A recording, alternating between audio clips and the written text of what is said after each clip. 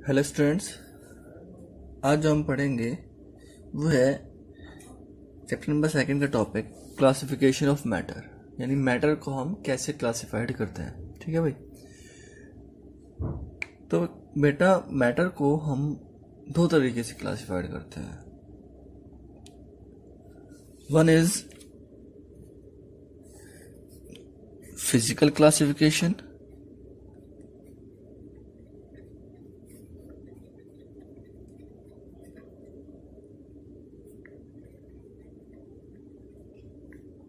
and second is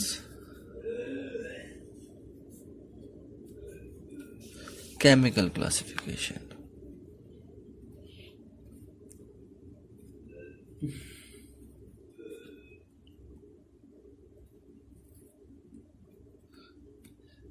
कहना मतलब ये है कि हम एक क्लासिफिकेशन जो करेंगे वो करेंगे on the basis of physical properties and दूसरा क्लासिफिकेशन जो हम करेंगे वो करेंगे on the basis of chemical properties. Okay, तो फिजिकल प्रॉपर्टीज पे जब हम बात करते हैं तो हम एक्चुअल में फिजिकल स्टेट्स की बात करते हैं ओनली। तो फिजिकल स्टेट के अकॉर्डिंग आपका जो कोई भी मैटर है वो 3 पार्ट में डिवाइड किया जा सकता है। 3 तरीके से वो डिस्टिंग्विश किया जा सकता है। First is solid, second is liquid and third is gas. Last chapter में आपने यही चीजें पढ़ी थी, what is solid, what is liquid, what is gas. तो सॉलिड कौन सा होता है? Substance which have fix shape and fix volume. Okay, liquids कौन से होते हैं? Substance which has fix volume but not fix shape. Yes, and gases कौन से होते हैं? which has not fixed shape and nor ले लेते हैं nor fixed volume. Solid, liquid, gas. तो हमें पता है सॉलिड कौन सा होता है, लिक्विड कौन सा होता है, गैसेस कौन सा होता है। तो सॉलिड वो होते हैं जिनका वॉल्यूम एंड शेप दोनों फिक्स होते हैं। लिक्विड जिनका वॉल्यूम फिक्स होता है लेकिन शेप फिक्स नहीं होती। गैसेस वो जिनमें ना तो आपका शेप और ना ही आपकी वॉल्यूम कोई भी फिक्स नहीं होता, उन्हें हम तो फिजिकल क्लासिफिकेशन हमने जनरली पढ़ा है। तो सॉलिड्स जैसे कि आपकी मेटल्स हैं, आयरन है, सॉरी जितनी भी मेटल्स हैं आपकी, सल्फर है, या फिर आपका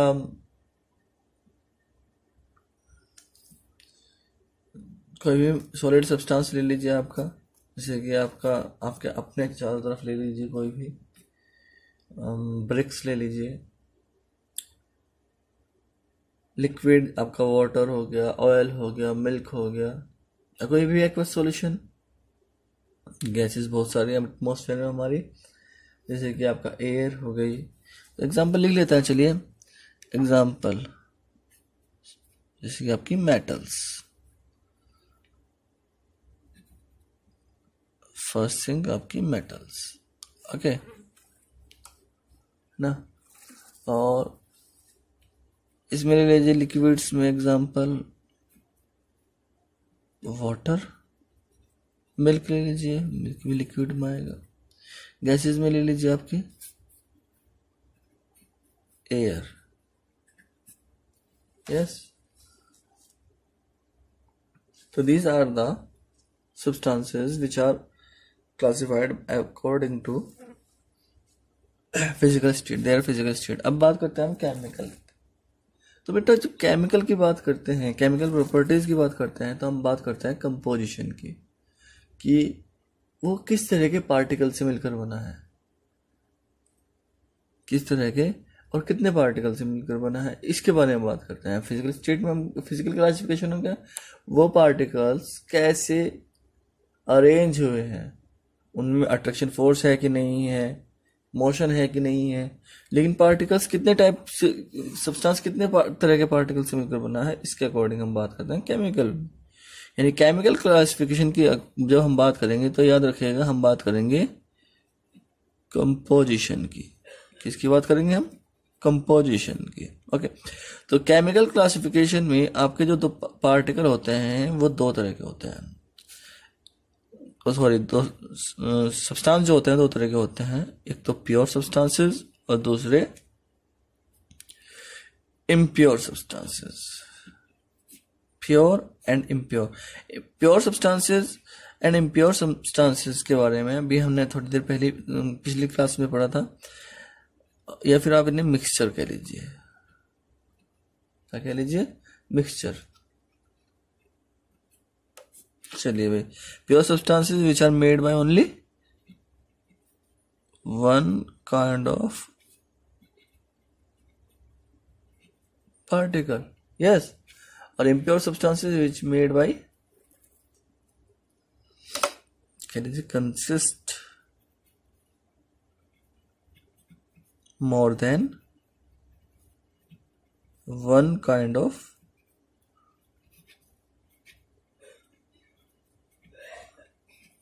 particle। ओके, तो क्लासिफिकेशन आपका हो गया है। अब हम बात करेंगे, लास्ट चैप्टर में हमने सॉलिड लिक्विड गैस पढ़ लिया है, अब हम बात करेंगे केमिकल क्लासिफिकेशन। यानी इस चैप्टर में हम जो पढ़ना है वो केमिकल क्लासिफिकेशन पढ़ना है। तो ये प्योर एंड इम्प्योर, इन्हें आगे हमें क्लासिफाइड करना है, प्योर सब्सटेंसेस को और इम्प्योर सब्सटेंसेस को। क्लियर है भाई? चलिए, तो आप आगे चलते हैं।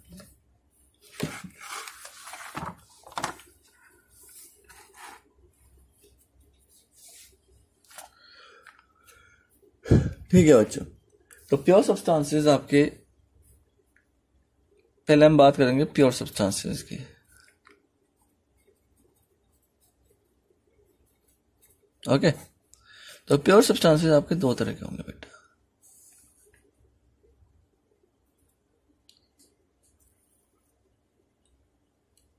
प्योर सब्सटेंसेस हमें पता है कि the substances which are made by only one kind of particles, उन्हें हम कहते हैं प्योर सब्सटेंसेस। अब आपके पार्टिकल दो तरह के होते हैं, या पार्टिकल के बेस पर कह लीजिए, first is elements and second one is compounds. तो एलिमेंट्स और compounds, the substance which consist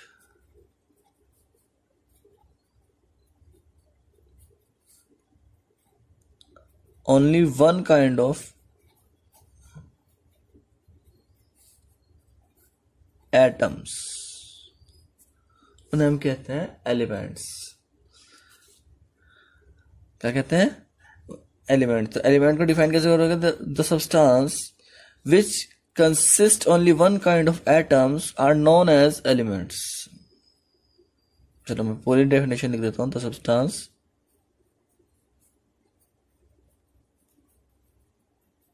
which consists only one kind of atoms are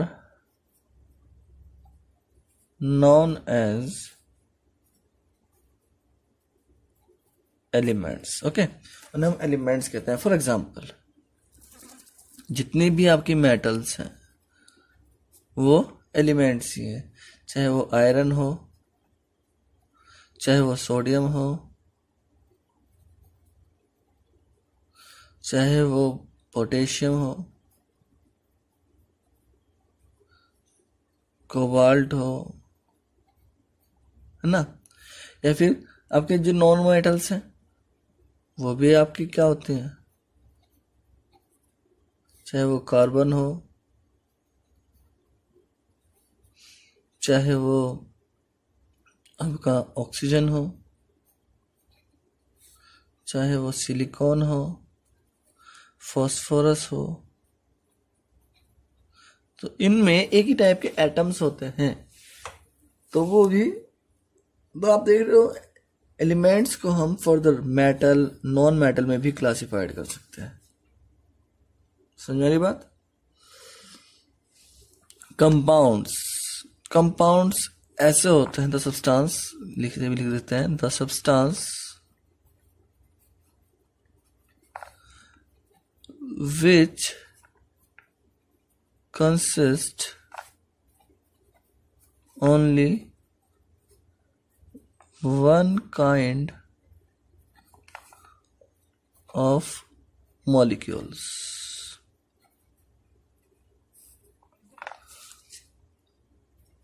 are known as compounds. Okay, for example, आपका water is a compound. Yes.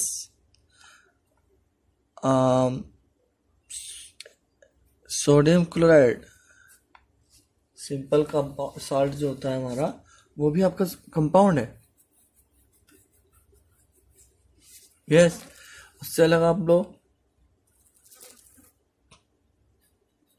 Hydrochloric acid या फिर ammonia, these are the compounds.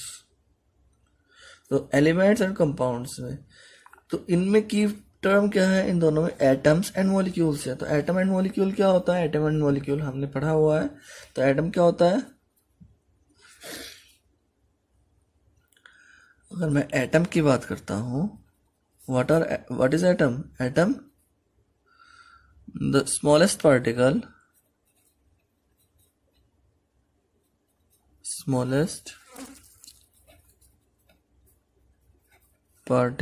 of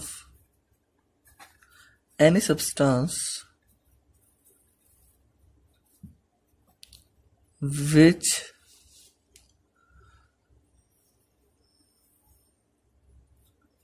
can take part in chemical reaction but cannot exist freely. Exist freely का मतलब बेटे ये है कि वो अकेला सिंगल एग्जिस्ट नहीं करता, बहुत सारे एटम्स आपस में एग्जिस्ट करते हैं, बहुत सारे एटम्स, या फिर वो केमिकल रिएक्शन में जाकर मॉलिक्यूल का फॉर्मेशन करता है. चलो वो भी बताएंगे भी. अब बात करते हैं मॉलिक्यूल की. मॉलिक्यूल क्या है भाई? मॉलिक्यूल है smallest particle of any substance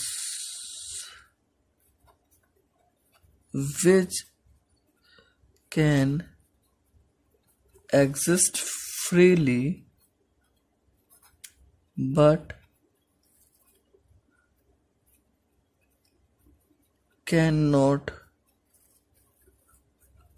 take part in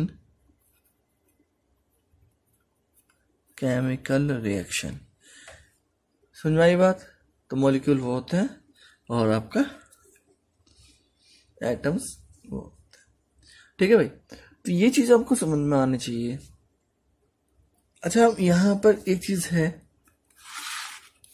कि आपका जो एटम है वो मॉलिक्यूल का फॉर्मेशन करता है, यानी एटम फॉर्म मॉलिक्यूल्स. ठीक है भाई, आफ्टर अंडरगो इन chemical reaction. Okay, atoms molecule का फॉर्मेशन करते हैं, मॉलिक्यूल से एटम का फॉर्मेशन नहीं हो सकता. एक तो चीज ये समझ में आती है हमें. दूसरी चीज ये समझ में आती है हमें यहाँ पर कि केमिकल रिएक्शन में सिर्फ एटम जाते हैं, मॉलिक्यूल्स नहीं जाते हैं. लेकिन मॉलिक्यूल फ्रीली एग्जिस्ट करते हैं, एटम्स कभी नहीं करेंगे. यानी जितनी भी हमें गैसेस मिलती हैं सब की सब मॉलिक्यूलर फॉर्म में मिलती है बेटा. यानी अगर मैं लिखूंगा ऑक्सीजन, ऑक्सीजन का सिंबल O है. ये चीज आपको नेक्स्ट चैप्टर में पढ़ाई जाएगी. ऑक्सीजन का सिंबल O है, लेकिन मैं इसे ऑक्सीजन, अगर ऑक्सीजन गैस लिखता हूं, देखो, और ऑक्सीजन एटम लिखता हूं,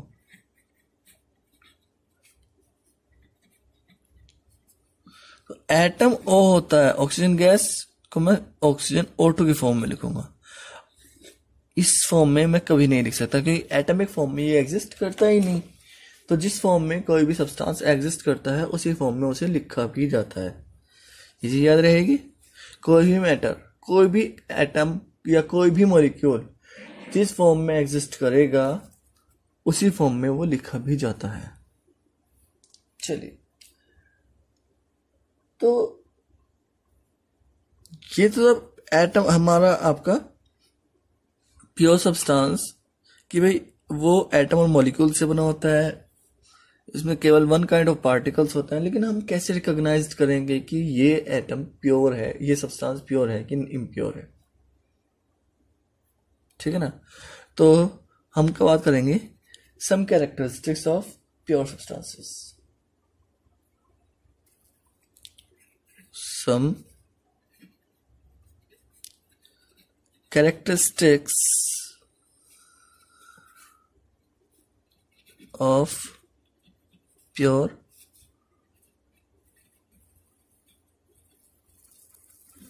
substances. Okay, point first. तो प्योर सब्सटेंसेस में सबसे पहले जो चीज होती है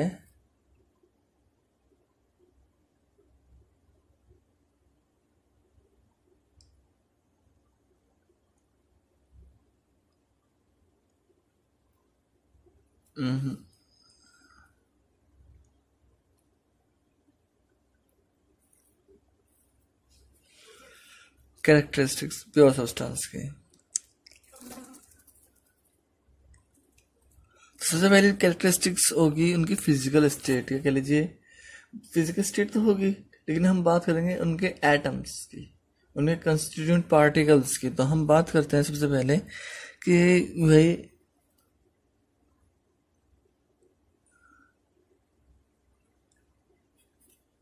डेंसिटी। देखो, प्योर सब्सटेंस है तो उसकी डेंसिटी हमेशा फिक्स होगी, यानी उनकी जो कैरेक्टरिस्टिक्स होंगी, मैं जो कैरेक्टरिस्टिक्स लिख रहा हूं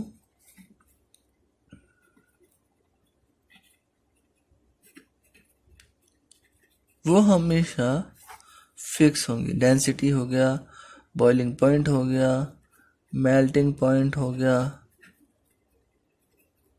ठीक है ना, और आपका रिफ्रैक्टिव इंडेक्स हो गया।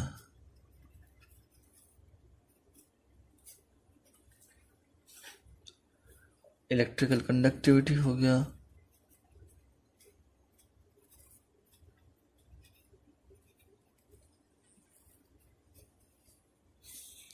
ये कैरेक्टरिस्टिक्स हैं जब हम उन्हें मेजर करेंगे कि भाई आपका ये कंपाउंड जो है प्योर है कि इम्प्योरिटी है, या फिर आपका विस्कोसिटी हो गया।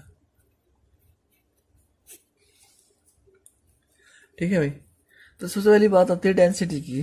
डेंसिटी क्या होती है? डेंसिटी एक्चुअल में it is the ratio of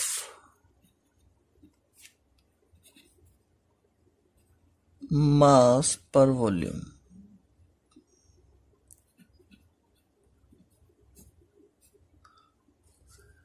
यानी सब्सटेंस का मास और वो कितना वॉल्यूम ऑक्यूपाइड करता है, कितना मास होता है और उसका वो कितना वॉल्यूम ऑक्यूपाइड कर रहा है, कितना स्पेस घेर रहा है, उस रेशियो को हम डेंसिटी बोलते हैं। ठीक है ना। तो ये डेंसिटी फिक्स होती है, सॉलिड्स की अलग होती है, लिक्विड्स की अलग होती है, गैसेस की नहीं होती है ना। बॉइलिंग पॉइंट, मेल्टिंग पॉइंट के बारे में आपको, बॉइलिंग पॉइंट किसका होता है? लिक्विड्स का होता है। और मेल्टिंग पॉइंट किसका होता है? सॉलिड्स का होता है। रिफ्रैक्टिव इंडेक्स क्या होता है? तो बेटा रिफ्रैक्टिव इंडेक्स आपका क्या है एक्चुअल में?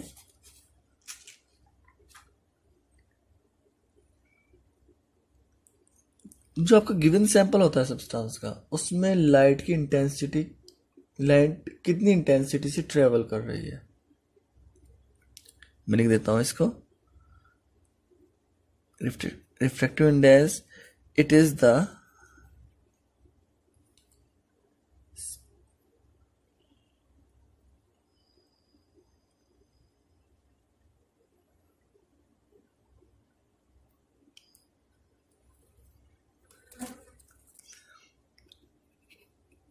intensity of light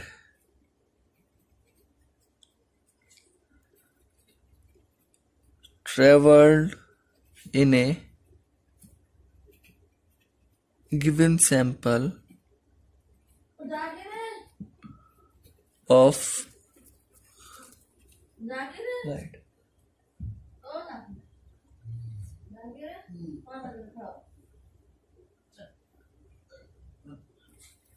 given sample of light, इसे रिफ्रैक्टिव इंडेक्स होता है।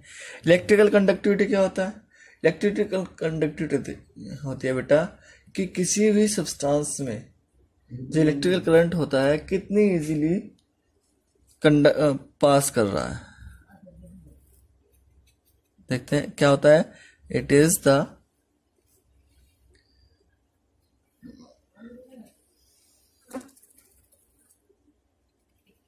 measurement to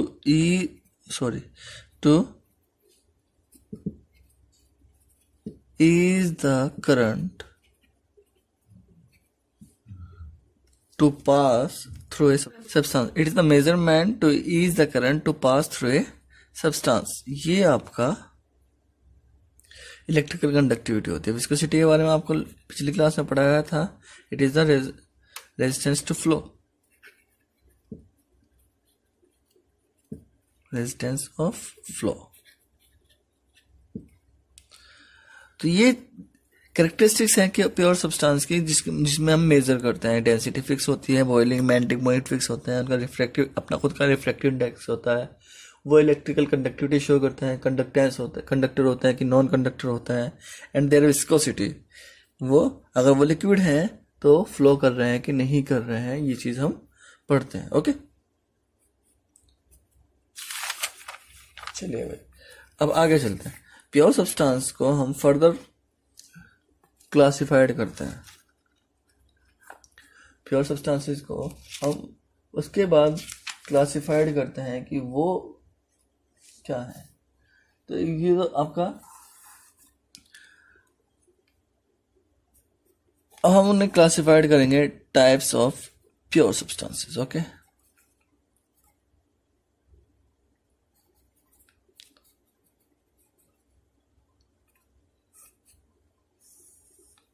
अब प्योर सब्सटेंस को हमने क्लासिफाइड किया है, तो हमारा फर्स्ट क्या था भाई? एलिमेंट्स था। एलिमेंट्स था ना, तो एलिमेंट्स को हम कैसे क्लासिफाइड करते हैं? एलिमेंट्स को मैंने बताया था only consist only one kind of atoms, बताया था। तो ठीक है, इन्हें हम बोलते हैं एलिमेंट्स। अभी ये याद रखना कि एटम्स सबसे बेसिक पार्टिकल होता है। एटम्स बेसिक पार्टिकल्स होता है, और कोई भी एलिमेंट इससे छोटे पार्टिकल को कंसिस्ट नहीं करता। ठीक है ना भाई? आपको एक चीज और याद रखनी है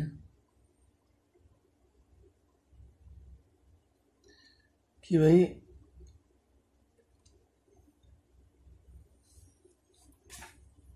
एक minute,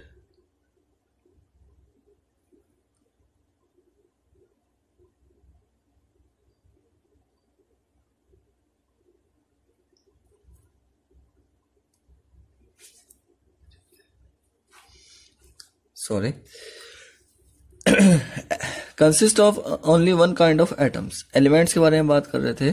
consist only one kind of atoms. अगर हम बात करते हैं और एलिमेंट के बारे में ही बात कर रहे हैं, तो ये सिंपलेस्ट फॉर्म है ऑफ किसी भी सब्सटेंस की। It is the simplest form of any substance. किसी भी सब्सटेंस की सिंपलेस्ट फॉर्म है। और एलिमेंट्स, अगर कोई एक एलिमेंट है, अगर हम वो एक ही काइंड के एटम को कंसिस्ट करेगा, ये चीज तो हम पढ़ रहे हैं। तो ठीक है, तो अब एलिमेंट्स आपके डिस्ट्रीब्यूट कर देते हैं। एलिमेंट्स को अगर हम बात करते हैं, एलिमेंट्स के टाइप्स को बात कर रहे हैं, तो एलिमेंट्स जनरली 3 टाइप के होंगे बेटा। एक तो होंगे मेटल्स, दूसरे होंगे नॉन मेटल्स, और तीसरे होंगे मेटलॉइड्स। ये 3 टाइप के एलिमेंट्स होते हैं। अगर मैं मेटल, नॉन मेटल और मेटलॉइड्स के बारे में बात करता हूँ, तो इनका जो कंपोजिशन होता है अर्थ क्रस्ट में, इनका कंपोजिशन भी फिक्स है, ठीक है ना। अगर हम अर्थ क्रस्ट की बात करते हैं, अर्थ क्रस्ट में 47% आपकी ऑक्सीजन होती है। कितनी होती है? ऑक्सीजन होती है, जो कि एक नॉन मेटल है, गैस है, पता है आपको, और नॉन मेटल है। उसमें 28% सिलिकॉन होती है, ये भी एक नॉन मेटल है लेकिन सॉलिड है। 8% के अराउंड एल्यूमिनियम होती है।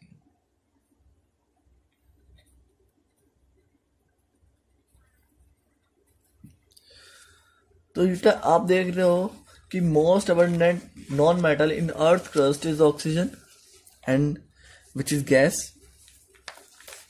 एंड सेकंड मोस्ट एलिमेंट वो भी एक नॉन मेटल है, silicon, and the most abundant element metal जो है वो कौन सा है? एल्यूमिनियम है। उसके बाद आपका आयरन आता है, कैल्शियम आता है, सोडियम आता है, पोटेशियम आता है।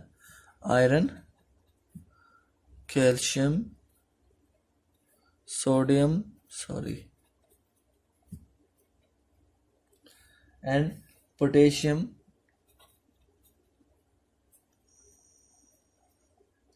मैग्नीशियम, और उसके बाद में अदर्स आते हैं। अगर आप देखोगे ध्यान से तो आयरन 5% है अर्थ क्रस्ट में, सोडियम 3.5% है, कैल्शियम 3.5% है, देन सोडियम है 3%, पोटेशियम है आपका 2.5%, मैग्नीशियम 2%, और आपका अदर जो है वो 1% है। This is the composition of earth crust, okay. जहां पर डिफरेंट, तो देखो जितनी भी नॉन मेटल्स और मेटल्स आती हैं, जो अब आपको समझ में आ गया होगा कि metals, most of the metals costly क्यों होती हैं। आयरन, अब यहाँ पर एल्यूमिनियम आयरन से ज़्यादा महंगा होता है, लेकिन एल्यूमिनियम और आयरन से ज़्यादा आयरन सबसे चीप मेटल होती है, सबसे सस्ती मेटल आयरन मानी जाती है, लेकिन एल्यूमिनियम 8% है, वो फिर भी थोड़ा कॉस्टली है, क्योंकि अर्थ क्रस्ट में जब मेटल मिलती है उन्हें आइसोलेट करना होता है, प्योरीफाइड करना होता है, और उसका प्योरीफिकेशन मेथड जो है थोड़ा कॉस्टली हो सकता है, इसलिए शायद। चलिए अब बात करते हैं। चलिए ठीक है, आज के लिए इतना। नेक्स्ट क्लास में